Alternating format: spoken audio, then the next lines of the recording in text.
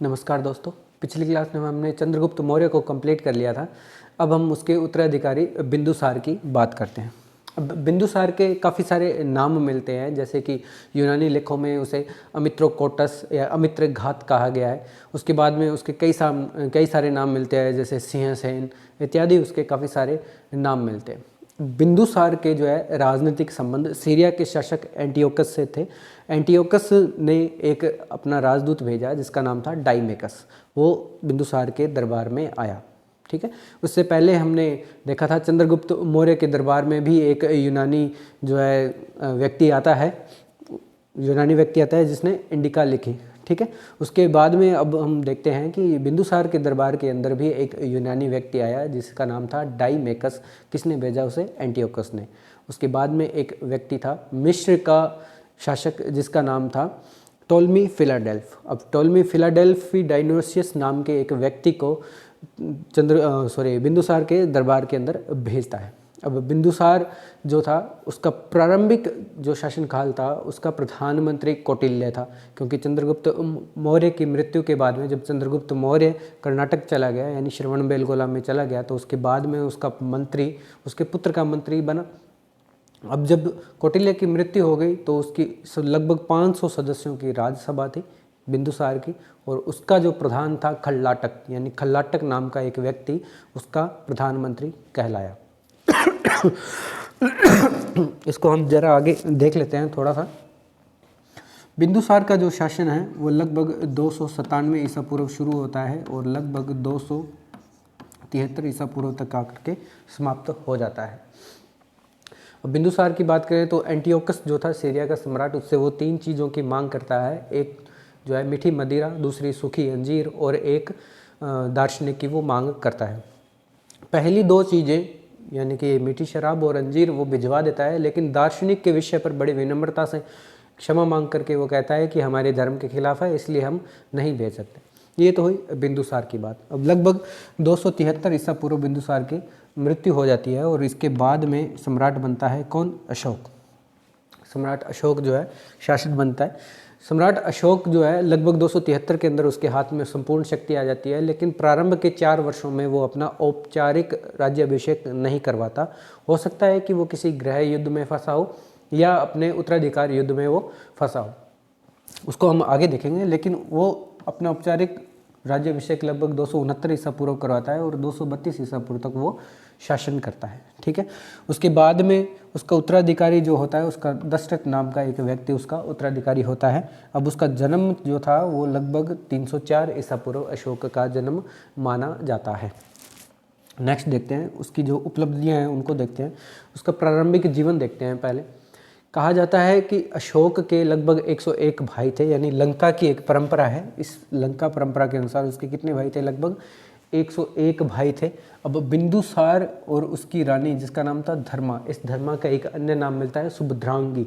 सिहेली अनुश्रुतियों के अनुसार इसका नाम था सुभद्रांगी। उससे जो है इसके पुत्र था जिसका नाम था अशोक, और अशोक का एक और सहोदर भाई था जिसका नाम क्या था? तियस या तिस्य नाम का एक व्यक्ति है जो अशोक का जो है सहोदर भाई था। ठीक है, इन सब को मिलाकर के उसके लगभग 101 भाई बहन थे। अब सिहेली अनुश्रुतियों, महावंश और दीप वंश के अनुसार अशोक अपने कितने लगभग 99 भाइयों को मार करके क्या बनता है? सम्राट बनता है। इसलिए उन अनुश्रुतियों में उसे चंड अशोक क्या कहा गया? उसे चंड अशोक कहा गया है। ठीक है, यानी कि एक बहुत ही क्रूर व्यक्ति उसे बताया गया। हो सकता है कि बौद्ध धर्म वाले उसे अपने धर्म को बढ़ा चढ़ा करके, यानी कि अशोक जैसे एक क्रूर व्यक्ति भी जब वो धर्म ग्रहण कर लिया तो वो एक विनम्र और अहिंसक व्यक्ति बन गया। अपने धर्म की प्रशंसा करने के लिए वो उसे प्रारंभ में क्रूर बताते हो, लेकिन कुछ भी हो सकता है। लेकिन बात तो यह पक्की है कि अशोक जो है शुरू के अंदर क्रूर अवश्य था। ठीक है, अब नेक्स्ट देखते हैं सुशीम। उसके भाइयों में एक सुशीम नाम का एक व्यक्ति का जिक्र होता है। ये बिंदुसार के सभी पुत्रों में सबसे बड़ा था और इसी के साथ अशोक की सबसे तीव्र प्रतिस्पर्धा थी। ठीक है, नेक्स्ट देखते हैं उसके साम्राज्य की बात करते हैं। तो सम्राट चंद्रगुप्त मौर्य ने जिस साम्राज्य का निर्माण किया तो अशोक के पिता बिंदुसार मौर्य ने उस साम्राज्य को पूर्ण रूप से संभाल कर रखा। अब बिंदुसार ने कोई नई विजय प्राप्त नहीं की, लेकिन इस पूरे साम्राज्य जिसके अंदर अफगानिस्तान, पाकिस्तान, सारा भारत, दक्षिण के 2-3 राज्यों को छोड़कर बाकी सारा भारत उसके कब्जे में था। उसके बाद में अपने बात करें, लगभग अशोक के राज्याभिषेक के 8वें वर्ष यानी 261 ईसा पूर्व के अंदर अशोक कलिंग पर आक्रमण करता है। किस पर? कलिंग पर। ठीक है। अब खारवेल के हाथी गुफा लेख के अनुसार नंदराज नाम का एक व्यक्ति, जिसका नाम क्या था? नंदराज नाम का एक व्यक्ति उस समय कलिंग पर राज्य कर रहा था, जिस समय अशोक ने कलिंग पर आक्रमण किया। कहते हैं कि इस आक्रमण के अंदर लगभग 1.5 लाख लोग के आसपास जो है बंदी बना लिए गए और बहुत सारे लोग घायल हो गए। लगभग 1 लाख के पास लोगों की क्या कर दी गई? हत्या कर दी गई। इसको हम नेक्स्ट देखते हैं। अशोक ने सिर्फ एक ही राज्य जीता, जो जिसका नाम क्या था? कलिंग। और ये कलिंग आधुनिक ओडिशा नामक जो राज्य है भारत का, उस राज्य के क्षेत्र को क्या कहते थे उस समय? कलिंग कहते थे। अब नेक्स्ट करते हैं, देखते हैं कलिंग आक्रमण के समय जो है किस तरह से अशोक ने जो है नरसंहार किया। अब कलिंग राज्याभिषेक के कितने 8वें वर्ष के अंदर उसने क्या किया? कलिंग पर आक्रमण कर दिया। ठीक है। इसके अनुसार क्या होता है कि लगभग कितने 1.5 लाख लोग जो है उसने क्या कर लिए? बंदी बना दिए और घर से निर्वासित कर दिए। लगभग 1 लाख लोगों की क्या कर दी गई? हत्या कर दी गई और लगभग 1.5 लाख लोग घायल हो गए। ठीक है। अब जब सम्राट अशोक समय जब इस नरसंहार को अपनी आंखों से देखता है तो उपगुप्त यानी बौद्ध भिक्षु के से पूछा कि इससे द्रवित होकर सम्राट अशोक ने जो है शांति और सामाजिक जो है सामाजिकता को स्थापित करने की उसने चेष्टा की। इस तरह से अशोक ने जो है युद्ध की नीति को त्याग दिया और एक नई नीति जिसको क्या कहा गया? धम्म विजय, यानी कि धर्म की विजय का जो है उसने मार्ग जो है उसने ग्रहण कर लिया। ठीक है। अब आगे देखते हैं। कलिंग युद्ध ने सम्राट अशोक के हृदय में महान परिवर्तन कर दिया और उसका हृदय जो है मानवता के प्रति दया और करुणा से उद्वेलित हो गया। उन्होंने युद्ध क्रियाओं को सदा के लिए बंद कर देने की प्रतिज्ञा की और यहाँ से आध्यात्मिक और धम्म विजय का युग आरंभ हुआ। उन्होंने बौद्ध धर्म को अपना धर्म क्या कर लिया? स्वीकार कर लिया। ठीक है। अब दिवंश एवं महावंश के अनुसार सम्राट अशोक अपने शासन के 14वें वर्ष को क्या किया गया? एक व्यक्ति था जिसका नाम क्या था? निग्रोध, एक बालक था। उसने अशोक को बौद्ध धर्म की जो है शिक्षा दी। अब बौद्ध धर्म की शिक्षा दी, लेकिन वो यहाँ पूर्ण रूप से वो क्या होता है? बौद्ध नहीं होता है। उसके बाद में एक व्यक्ति है जिसका नाम मिलता है उपगुप्त नाम के व्यक्ति ने फिर से अशोक को बौद्ध धर्म में मतलब दीक्षित करने का वर्णन मिलता है। इसी के साथ साथ एक मोगलीपुत्तिसस नाम का एक व्यक्ति है जो कि तृतीय बौद्ध संगति जो अशोक के काल में पाटलिपुत्र अशोकाराम विहार में हुई, उसका अध्यक्ष था।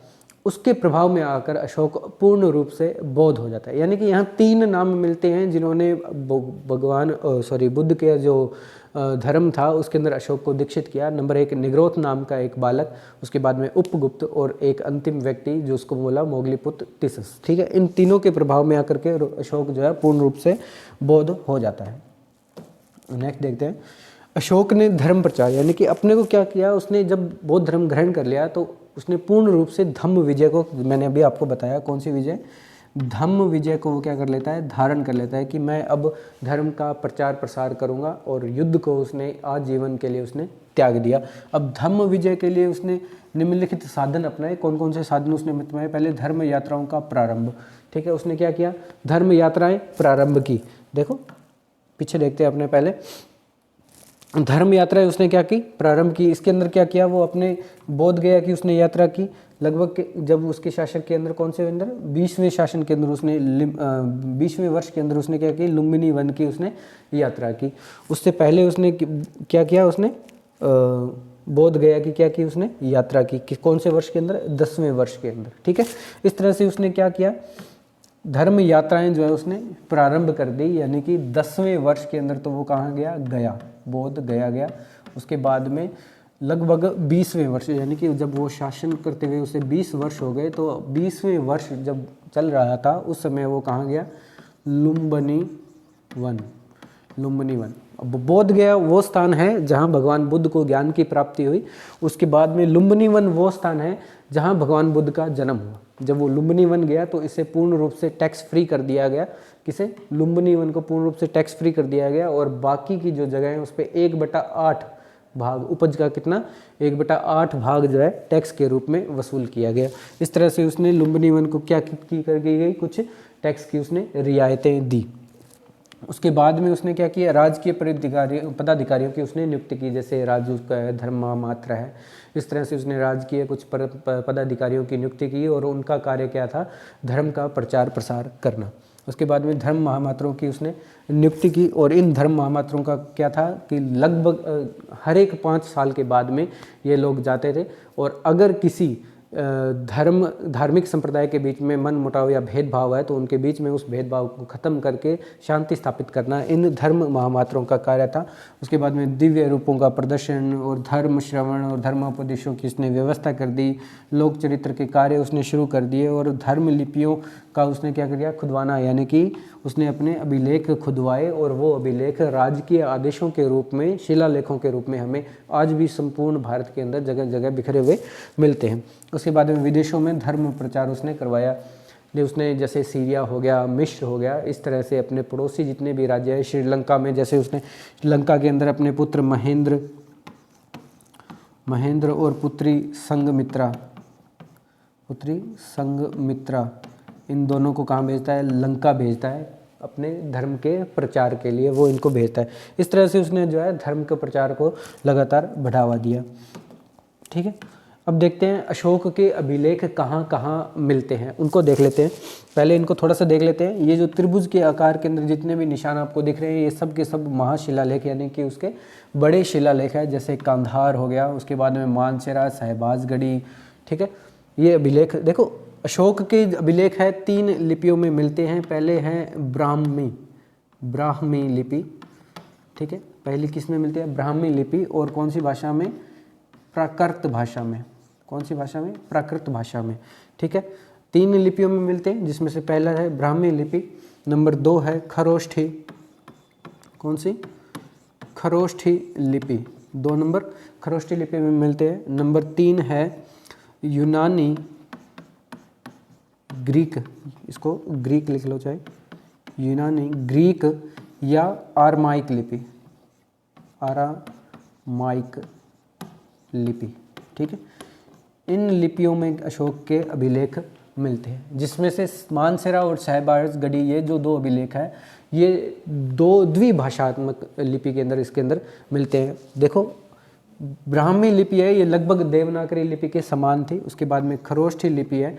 खरोष्ठी लिपि जो है जैसे अपने बात करते हैं सिंधु सभ्यता की लिपि जो दाईं से बाईं ओर यानी राइट टू लेफ्ट लिखी जाती थी। ठीक है, उसके बाद में यूनानी लिपि है, ये तो आप समझ ही गए होंगे कि अरमाइक और यूनानी लिपि जो है किससे संबंधित थी।